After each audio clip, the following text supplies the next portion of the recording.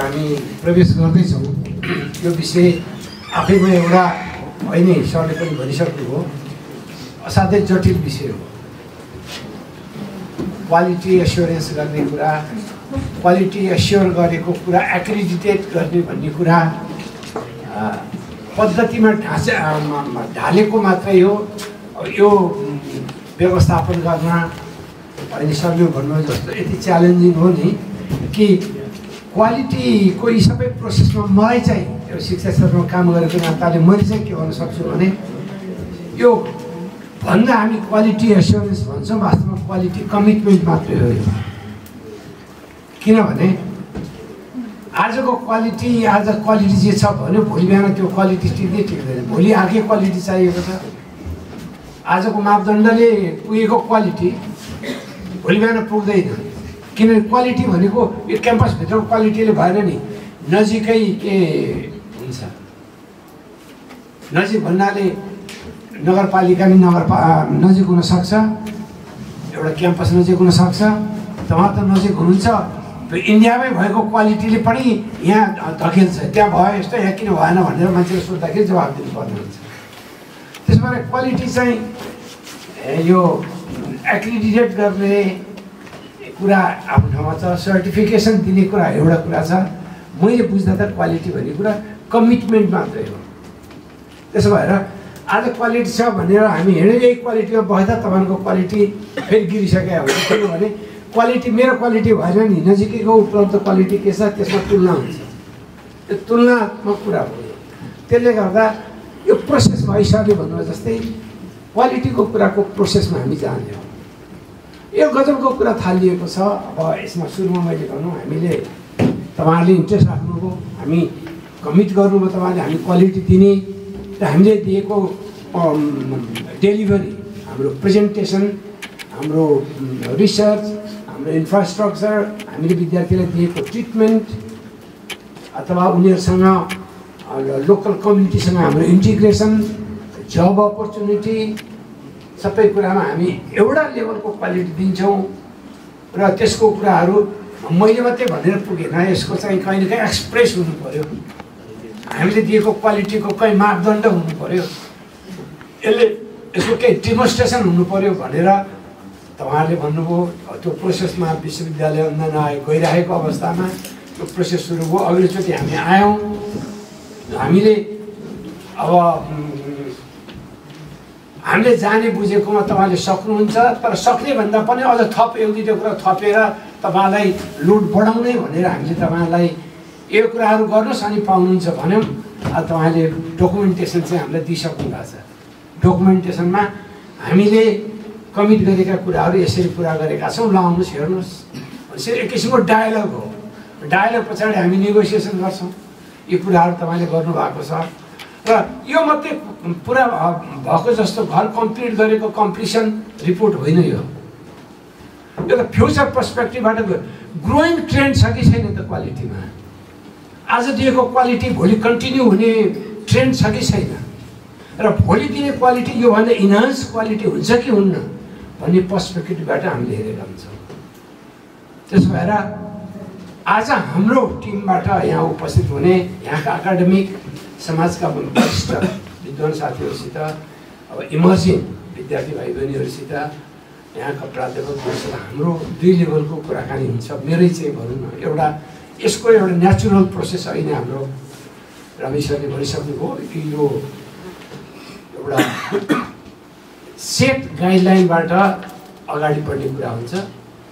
त्यसमा तपाईँहरूले दिएको डकुमेन्टेसन हामी इन्ट्राक्सन गर्छ। हाम्रा सबै पक्षबाट हामी हेर्छौँ। हामीले एक दुईवटा क्याम्पसमा विगतमा गरेको अनुभवबाट सिकेर अझ थप तपाईँहरूलाई अझ बढी आश्वस्त भनौँला पनि, विश्वविद्यालय अनुदान आयोगलाई पनि भनौँला।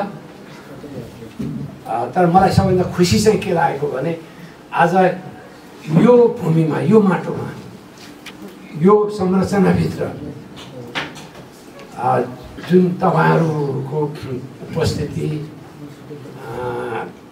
यहाँ हामी अघिल्लोचोटि आयौँ, यसचोटि भएको प्रगति उन्नति देख्दाखेरि हामीले सोचेको भन्दा बढी देखिन्छ। अहिले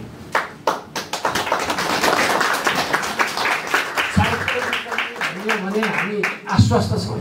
किन छौँ भन्दा यो ठाउँमा तपाईँहरूलाई पनि 15-20 वर्षमा यो ठाउँमा जुन चेन्ज, चाहे बाटोमा चाहे हामीमा जे देखिन्छ त्यो ज्यादै नै भरोसा लाग्दो, ज्यादै नै उत्तम किसिमको। र नेपाल भन्ने देशले यो 15-20 वर्षमा तपाईँले गरेको उन्नति त्यसैगरी भयो भने कस्तो होला? धेरै हुन्थ्यो नि। त्यसैगरी यो हराभरा, यो सन्तुष्टि, यो संरचना भए बेस हुन्थ्यो। तर मैले यस बिचमा के चाहिँ भन्नुपर्छ भनेदेखि हामी आइसोलेटेड छैनौँ, हामी पनि इन्टिग्रेटेड छौँ, जोडिएका छौँ। यहाँ हाम्रो जुन साहब हुनुहुन्छ सुदूरपश्चिमाञ्चल विश्वविद्यालयबाट, अब हामी एक दिनमा हिसाब लाने गर्छौँ, यहाँको अरू साथीहरूसँग गर्छौँ। पहिलाको क्याम्पसमा पनि हामी एकचोटि जाउँ, यसो चिफ साहब हुनुहुन्छ, चिया खाउँ। हामी उहाँहरू त पहिला त हामीसँगै जोडिएको हो। अब यो क्याम्पसकै कुरा गर्नुहुन्छ भने मै भिसी हुँदाखेरि त्रिभुवन विश्वविद्यालयबाट यता आएको हो। म 2070मा आयो, मै भिसी थिएँ। 2072मा कि कतिमा? म 72-76 हो। यो बिचमा तपाईँ 2070मा 75 म भिसी दिन 75 हो। मैले नै त्यो बेलाको अब निर्णय राजनीतिज्ञहरूसँग बसेका थिएँ। त्यो प्रोसेस आफ्नो ठाउँमा छ। अब यसका कुराहरू त पछि हुँदै जाँदैन, तर जुन बाटोमा तपाईँहरू जानुभएको छ तपाईँको ठाउँ भयो, म जाने बाटो पनि त्यही हो। किनभने यो क्याम्पस जुन बाटो गएको छ, यहाँ कार्यरत प्राध्यापक साथीहरू, यो कम्युनिटीमा बस्ने कम्युनिटीका नेतृत्वमा बस्नुभएका व्यक्तित्वहरू, तपाईँहरूले सोचेको, तपाईँले खोजेको, मागेको र दाबी लाग्ने, हामी यो ठाउँमा बसेर हामीलाई यति चाहियो भनेर सरकारसँग, चाहे केन्द्रीय सरकार होस् चाहे प्रादेशिक सरकार होस्, उहाँसँग माग्ने गर्ने कुराहरू एकदमै राम्रो छ, उत्तम छ। तर यो बिचमा हामी जस्तो एउटा जीवनका धेरै कुराहरू पुरा गरेर अहिले यहाँ आउँदाखेरि केही कुराहरू मैले सेयर गर्न पर्छ यो भेगमा, हामी आइराख्दैनौँ। त्यसबाट मैले एक दुईवटा कुरा के सेयर गर्नुपर्छ भनेदेखि यो होल डेभलपमेन्टल ट्रेन्डमा हामी यो उपलब्धिलाई एकदमै खुसीका साथ ग्रहण पनि गर्छौँ र चुनौतीपूर्ण ढङ्गमा हामीले अगाडि बढ्दै जाने कुरामा के हेर्नुपर्ने हुन्छ भने जुन विषयमा हामी प्रवेश गरेका छौँ, उच्च शिक्षा, रिसर्च, चाहे एप्लिकेसन, रिसर्च युनिभर्सिटी एजुकेसनलाई प्रोडक्टिभ सेक्टरमा प्रयोग गर्ने, जब जेनेरेट गर्ने, देशलाई औद्योगिक क्षेत्रमा अगाडि लाने, यी सबै कुराहरूमा धेरै कुरा जोडिने हुँदा मलाई एक दिनको याद आउँछ। हामी धेरै पहिला 2056-57 सालतिर त्यो बेलाको यो हामी कञ्चनपुर आएर एक दुई रात बसेर वास्तवमा काम सिद्धार्थ के साइन्स क्याम्पस सिद्धनाथ बहुमुखी सिद्धनाथ क्याम्पसलाई युनिभर्सिटी बनाउने भनेर म र दिलेन्द्र बडुजी आएका थियौँ। त्यसपछि त्यो बेलामा हाम्रो धरेन्द्र सर हुनुहुन्थ्यो, जोशी सर, उहाँ मेरै टिममा हुनुहुन्थ्यो। हामीले त्यसलाई कुराहरू अगाडि बढायौँ, व्यवस्थित हुँदै जाँदाखेरि पछि युनिभर्सिटी त खुल्यो, तर सुदूरपश्चिमाञ्चल विश्वविद्यालय भनेर खुल्यो। त्यो राम्रै भयो, एउटा विश्वविद्यालय यहाँ चाहिन्छ, आवश्यक छ, सबै कुरामा ठिक छ। त्यस्तै अरू अन्तर्नी विश्वविद्यालय खुलेका छन्। अहिले रामी सरले भन्नुभयो, यहाँ अहिलेको सन्दर्भ चाहिँ के हो भने हाम्रो उच्च शिक्षा माथि छ। तपाईँहरूले यो क्याम्पस हेरिरहनु भएको छ, त्यो माथिको उच्च शिक्षाको एउटा फ्रेमवर्कभित्र यो क्याम्पस अगाडि बढिराखेको छ। चाहे सुदूरपश्चिमाञ्चल विश्वविद्यालय भनौँ, चाहे त्रिभुवन विश्वविद्यालय, सबै शैक्षिक संस्थाहरू फ्रेमवर्कमा छ। तर प्रश्न के उठ्छ, हामीहरूको लेभलमा हामीले उठाउने प्रश्न तपाईँहरूसँग सेयर गर्ने चाहिँ भने नेपालको उच्च शिक्षालाई कुन फ्रेमवर्कले गाइड गरेको छ त? कुन फ्रेमवर्कले गाइड गरेको छ त? प्रोफेसनलहरूले हामीले दिएको इनपुट अनुसार युनिभर्सिटी खुलेका छन् कि राजनीति गर्ने मान्छेहरूले मनमा लागेको ढङ्गले युनिभर्सिटी खोलेका छन्? त्यो जिज्ञासा हामी जतिको मान्छेले तपाईँहरूसँग डिबेट गर्न किन जरुरी छ भने तपाईँहरूलाई सतर्कता सजगता बनाउनु जरुरी छ। अहिले यहाँ कुरा उठ्यो नि, हाम्रो प्रस्तुत गर्ने हामीहरूको विद्यार्थी नै हुनुहुन्छ उहाँ होइन, हामीलाई खुसी लाग्छ हाम्रा विद्यार्थीहरू देशैभरि यस्तै जुन क्याम्पस गए पनि आफूले विद्यार्थीले प्रेजेन्टेसन गर्छन्, हामीलाई त खुसी लाग्छ। तर कुरा के हो भने उहाँले हामी सेमेस्टर सिस्टममा गएछौँ भन्नुभयो, राम्रो कुरा गर्नुभयो। म नै त्रिभुवन विश्वविद्यालयको कुलपति भएपछि मैले सेमेस्टरमा गएँ भनेर भिसीको नाताले भाषण गरेँ, तर भित्रभित्र मलाई बडो गाह्रो भएको थियो त्यो कुरो पछाडि। किनभने तपाईँसँग मैले सेयर गर्नुपर्छ, नेपालमा चलेको सेमेस्टर सिस्टम नै होइन। सेमेस्टर सिस्टममा यो ढङ्गको पठन पाठन पाठ्यक्रम र परीक्षा हुँदैन। सेमेस्टर सिस्टमको बेसिक कुरा चाहिँ पाठ्यक्रम, टिचिङ लर्निङ प्रोसेस र इभ्यालुएसन शिक्षक नै अन्तिम हो। अनि मलाई सोधे विद्यार्थीहरूले, मिडियाले पहिला सोध्थे भिसी हुँदाखेरि यो कस्तो सेमेस्टर सिस्टम लगाउनु हो भन्दा नेपाली सिस्टम हो भनेर म भिसीको नाताले फर्किएँ। भिसी भएर त अब त्यहाँ त अब भिसी छोड्नु भएन नि, त्यो मिलेन भनेर। तर हो कुरा के हो भने ग्लोबल पर्सपेक्टिभबाट क्वालिटी चाहिँ कुरा गर्ने हो भनेदेखि सेमेस्टरको वर्षलाई 1 वर्षको कोर्सलाई ब्रेक गरेर दुईटा बनाउनु सेमेस्टर होइन। पठन पाठनका धेरै प्रक्रियाहरू छ, ग्लोबली त्यो कुराहरू गर्नु छ।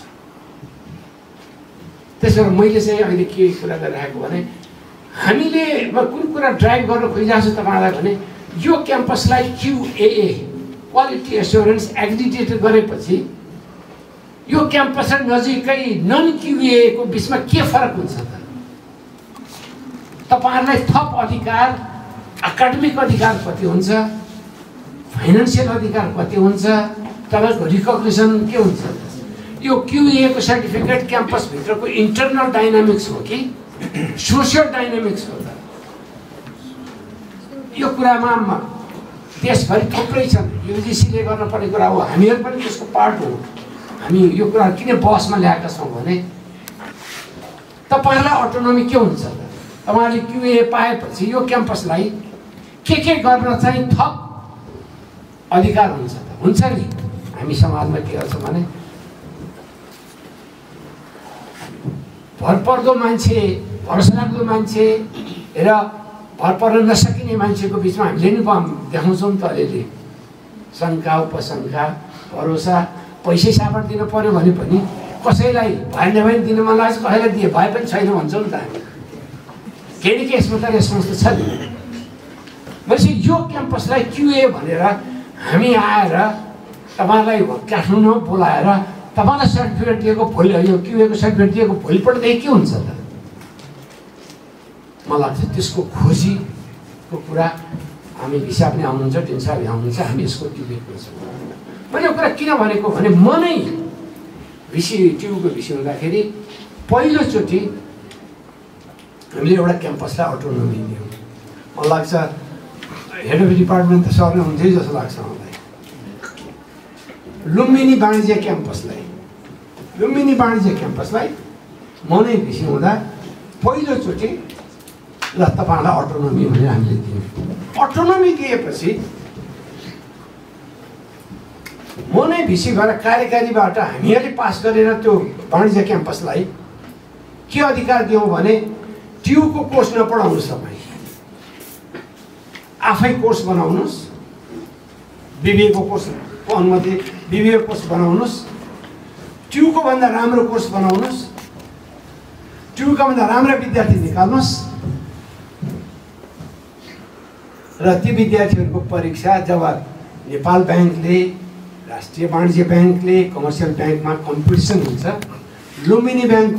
लुम्बिनी वाणिज्य क्याम्पसको विद्यार्थीले 1 नम्बरमा नाम निकाल्यो, TUको क्याम्पसको विद्यार्थीले चाहिँ 3 नम्बरमा नाम निकाल्यो भन्यो भने म आज भाइस चान्सलर म खुसी हुन्छु। किनभने अब हामी जानु बाटो त्यो रहेछ भने प्रमाणित हुन्छ नि त। त्यो कुन अवस्थामा छ म अहिले भन्न सक्दिनँ। मैले त्यसो भएर भनेको QAA चाहिँ सर्टिफिकेट र 10-20 लाख थप डोनेसनको लागि मात्रै बन्नु हुँदैन भन्ने मेसेज मैले पनि लैजान्छु र म्याडम मार्फत मैले UGCमा दिने डिबेट पनि त्यो विश्वविद्यालय अनुदान आयोगले QAA पछाडि एउटा बिल्डिङ बनाउनलाई, दुईटा कन्फरेन्स गर्नलाई होइन, के अटोनोमी हुन्छ?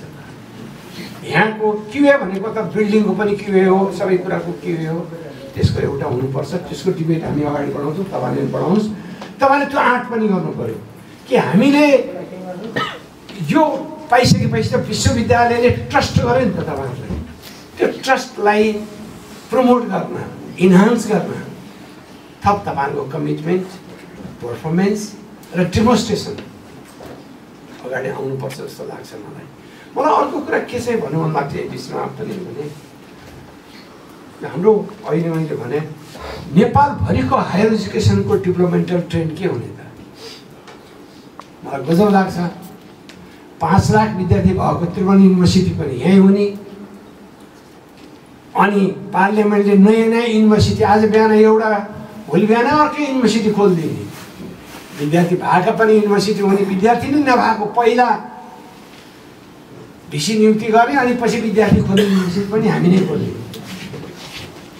अनि यस्तो किसिमको पार्लियामेन्ट, यस्तो किसिमको ठाउँमा विश्वविद्यालय अनुदान आयोगलाई पनि मैले के भन्छु भने विश्वविद्यालय अनुदान आयोगलाई नसोधिकन युनिभर्सिटी कसरी खोल्छन्? खोल्नु भएन नि। खोले पनि युनिभर्सिटीको हैसियतमा चल्नलाई त युनिभर्सिटीको रिक्वायरमेन्ट पुग्नु पर्यो। अनि मैले त्यसो गरेर चाहिँ म चाहिँ कुन पक्ष भने युनिभर्सिटीहरू खोल्दैनन्, युनिभर्सिटीहरू बन्छन्। म त्यही भएर यहाँ सुदूरपश्चिम अञ्चल विश्वविद्यालय खुल्यो, बन्यो, मेरो त शुभकामना छ, बधाई छ। तर मैले त के भन्छु भनेदेखि युनिभर्सिटीहरू बन्ने भनेको भोलिको दिनमा आज हामी नै 1-2 वर्षको बिचमा यहाँ आउँदा यति परिवर्तन भएको छ। तपाईँकै पालामा त्यो आज क्युएको लागि हिँडेको जस्तै भोलि विश्वविद्यालयको लागि हिँड्ने दिन आउँछ तपाईँहरूलाई। हामी यो संरचना, यो अवस्था हामीले रोजेका विषय तपाईँलाई भन्नुहुन्छ नि, हामी किन अरूले दिएको पाठ्यक्रम पढाउने, हामी आफै पाठ्यक्रम बनाएर पढाउँछौँ भन्ने दिन पनि आउँछ भनेपछि त्यो खोजीमा जानलाई विश्वविद्यालयको हायर एजुकेसनको पोलिसी जरुरी छ। र सबैभन्दा हामी खुलेर भन्नुपर्छ, हामीहरूकै साथीहरू विश्वविद्यालय अनुदान आयोगमा हुनुहुन्छ, हामीहरू त्यहाँ जोडिएका छौँ। म नै अहिले विश्वविद्यालय अनुदान आयोगको प्रतिनिधि भएर आएको छु। मैले भन्नुपर्छ नेपालमा उच्च शिक्षाको नीति चाहिँ के हो मलाई पनि बुझ्न गाह्रो भएको छ। नीति नभएको भनौँ भने अहिले छ कि जस्तो पनि लाग्छ। छ भन्यो भने ठ्याक्कै कुन नीतिले गभर्न गरेको छ, कुन नीतिले गाइड गरेको छ समात्न पनि गाह्रो भएको छ। कुन नीतिले विश्वविद्यालय खोल्छ, कुन विश्वविद्यालय शिक्षा मन्त्रालयबाट निकालेका नीतिहरू पढ्दाखेरि नीतिहरू एक थोक छ, शिक्षा मन्त्रालयले अरू कुरो गरिरहेको देख्छु म। अहिले कयौँ मजाका बसहरू आएका छन्। त्यसो भएर हामी प्राज्ञिकहरूको चाहिँ एउटा भूमिका के हुन्छ भने हामी यसम्यान मात्रै होइनौँ, हामीहरूको क्रिटिकल अब्जर्भेसन्सहरू राख्नुपर्छ, राख्नु पाउनुपर्छ हामी भन्छौँ। र विश्वभरिका प्राध्यापकहरू, विश्वभरिका विश्वविद्यालयका मानिसहरूले समसामयिक विषयमा आफ्नो दृष्टिकोण राख्ने हुनाले मलाई लाग्छ हामी यहाँ पनि तपाईँहरूसँग थप डिबेटहरू गर्छौँ। यो प्रोसेस त हाम्रो क्युएको प्रोसेसमा त हामी छँदैछौँ। थप कुरा के हो भनेदेखि नेपालकै उच्च शिक्षा अहिले कुन अवस्थामा छ? कुन अवस्थामा छ भन्दा वास्तवमा भन्नुहुन्छ भने मेरो दृष्टिकोणमा आज इन्जिनियरिङ, इन्स्टिच्युट अफ इन्जिनियरिङमा विद्यार्थी पुगेको छैन।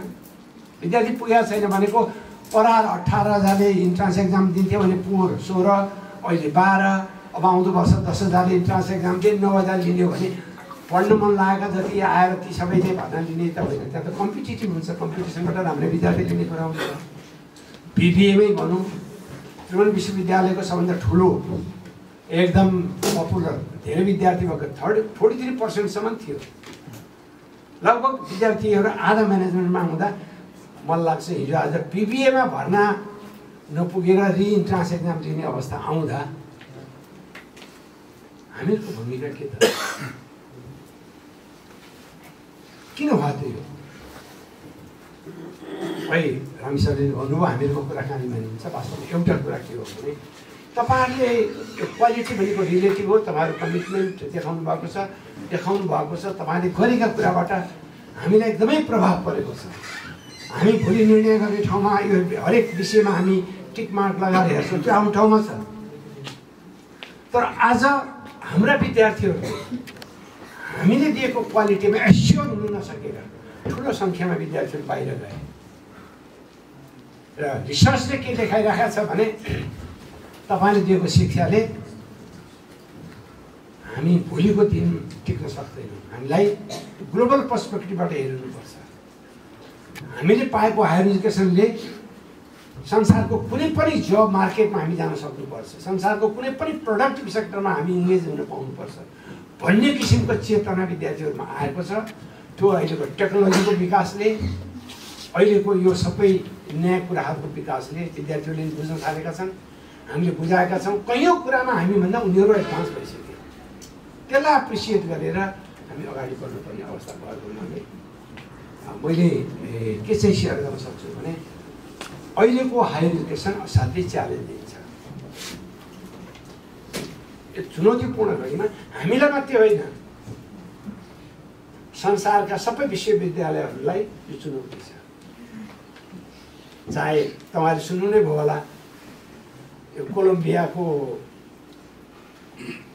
कोलम्बिया युनिभर्सिटीमा नयाँ राष्ट्रपति आएपछिको हस्तक्षेपले त्यहाँको प्रेसिडेन्टले राजीनामा दिनु पर्यो।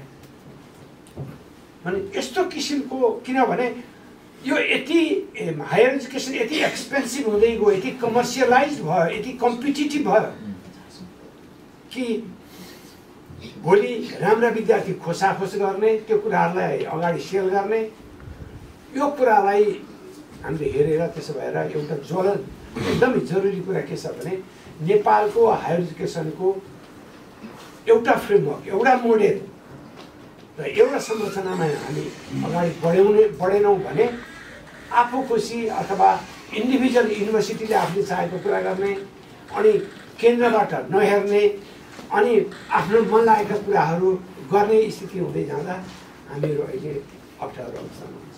हरेक युनिभर्सिटीमा विद्यार्थी, यहाँ थाहा छैन यहाँको युनिभर्सिटीमा, तर धेरै जसो युनिभर्सिटीमा विद्यार्थीहरू घटेका छन्, विषयहरू अप्ठ्यारोमा छ। हामीले रिसोर्स जेनेरेट गर्न सकेका छैनौँ। नयाँ नयाँ युनिभर्सिटी खुलेका छन्, सरकारको बजेट बढेको छैन, अनि भएकै बजेट बाँड्ने अनि त्यो सेयर लिने सङ्ख्या बढाउँदै गएका छौँ हामी।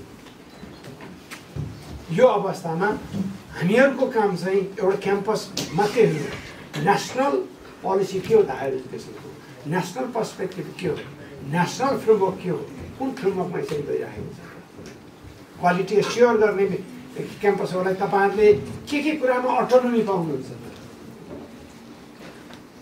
र थप तपाईँलाई देखेर अरू क्याम्पसहरू पनि यसमा जानु पर्दो रहेछ भन्ने कुराको इन्सपिरेसन के दिलाउन सकिन्छ, त्यो कुराहरू पनि डेमोन्स्ट्रेसन गर्नुपर्ने बेला आएको हुनाले हामी 2-3 दिन यहाँ हुन्छौँ। तपाईँसँग हामी थप छलफल गर्छौँ, अरू बेलामा पनि यस्ता कतिपय हामी कुराहरू गर्न सक्छौँ। तर मैले मेरो अनुभव तपाईँसँग सेयर गर्ने कुरा के हो भने तपाईँले जे गर्नुभएको छ त्योबाट हामी ज्यादै प्रभावित छौँ। तपाईँहरू गर्न सक्नुहुन्छ भन्ने कुराहरू देखाउनु भएको छ। तर अहिले रामी सरले भन्नु जस्तै यसलाई मेन्टेन गरे मात्रै पुगेन, प्रमोट गर्ने कुराहरू चाहिन्छ। त्यसरी युनिभर्सिटी इज युनिभर्सल।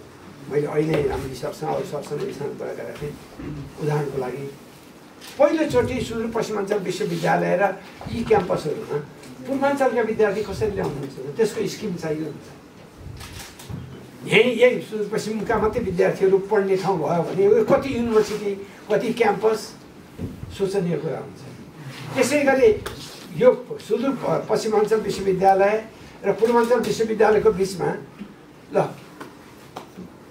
1000 विद्यार्थी यहाँबाट पूर्वाञ्चल जाने, 1000 विद्यार्थी यहाँबाट यहाँ आउने मिक्सअप हुने भन्ने पनि हुन्छ नि त। एउटा हामी कहाँनिर यो कुरालाई प्रमोट गर्छौँ त।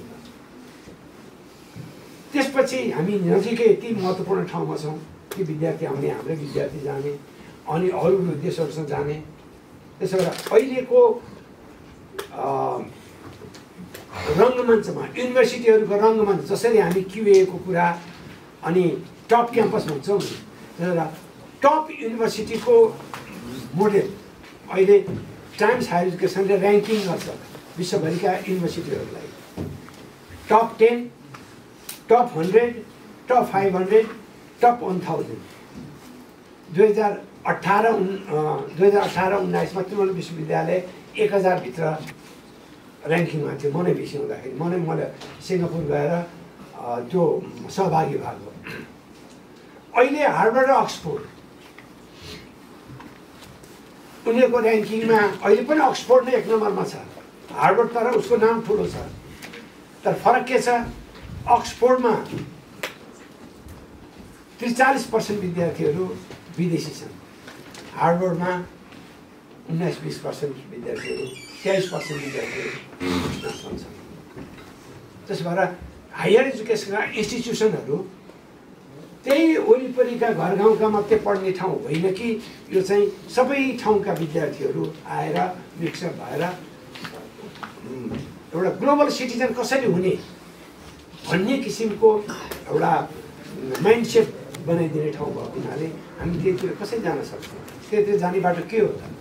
क्युएमा त्यो कुराहरू कसरी इन्भल्भ गराउने त, कसरी यसमा लागेका मान्छेहरूलाई प्रमोट गर्ने भन्ने कुराहरू थुप्रै भएको हुनाले यसमा हामी 2-3 दिन जो कुराकानी गरौँला। तर हाम्रो सुरुको एउटा नोट रामजी सरसँग सोध विचार के भने हामीले जे गर्न भनेका छौँ पेपरमा तपाईँले गर्नुभएको छ, फिल्डमा के छ हामी हेर्छौँ, त्यसपछि तपाईँहरूसँग सेयर गरेर हामी हिँडै यति कुरा पुग्यो सबै पुग्यो अथवा यति कुरा अझ बाँकी रहेछ भन्नुलाई हामी तपाईँहरूसँग 3 दिन चाहिँ रसाकसी गर्ने आएको हुनाले हामी त्यसको तपाईँहरूसँग सद्भाव जित्दै मेरा